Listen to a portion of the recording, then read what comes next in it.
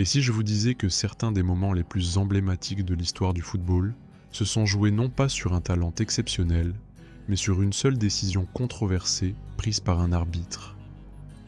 Nous levons le voile sur les histoires inédites des plus grosses erreurs d'arbitrage du football.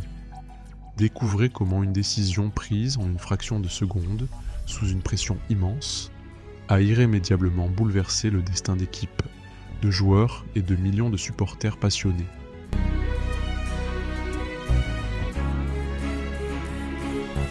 « 1986, quart de finale de la Coupe du Monde, Argentine contre Angleterre.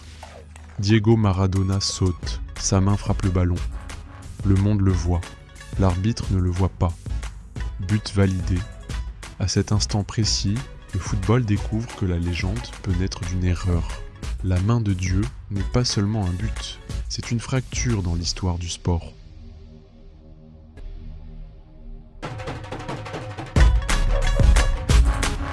« 1966, finale de Coupe du Monde. Le ballon frappe la barre. Rebondit, ligne ou pas ligne, l'arbitre tranche. But. L'Angleterre devient championne du monde. L'Allemagne reste avec une question qui ne trouvera jamais de réponse. Parfois, l'histoire se joue à quelques centimètres.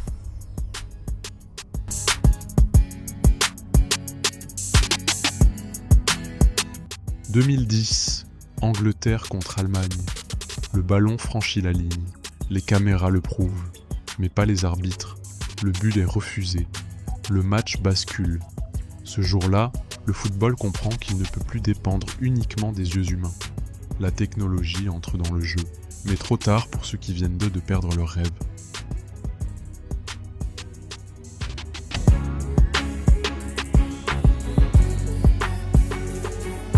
« 2002.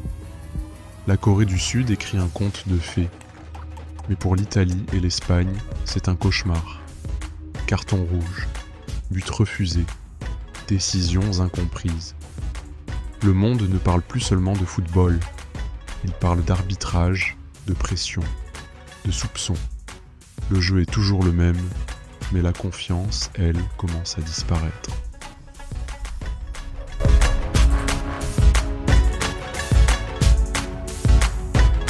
Parfois, ce ne sont pas des clubs qui perdent, ce sont des nations entières. 2009, France contre Irlande. Match barrage retour pour la qualification à la Coupe du Monde 2010. L'Irlande dominait et tenait le bon bout. Une main, un centre, un but, une qualification. Pour les uns, la joie.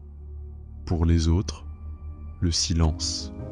Ce soir-là, le football n'a pas seulement changé un score, il a brisé un rêve collectif.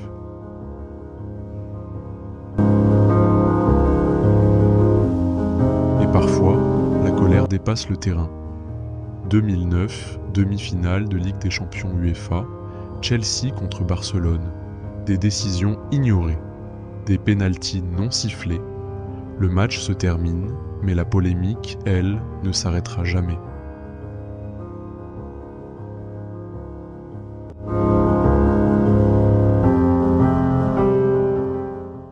Le football est un jeu d'hommes, et l'arbitrage aussi.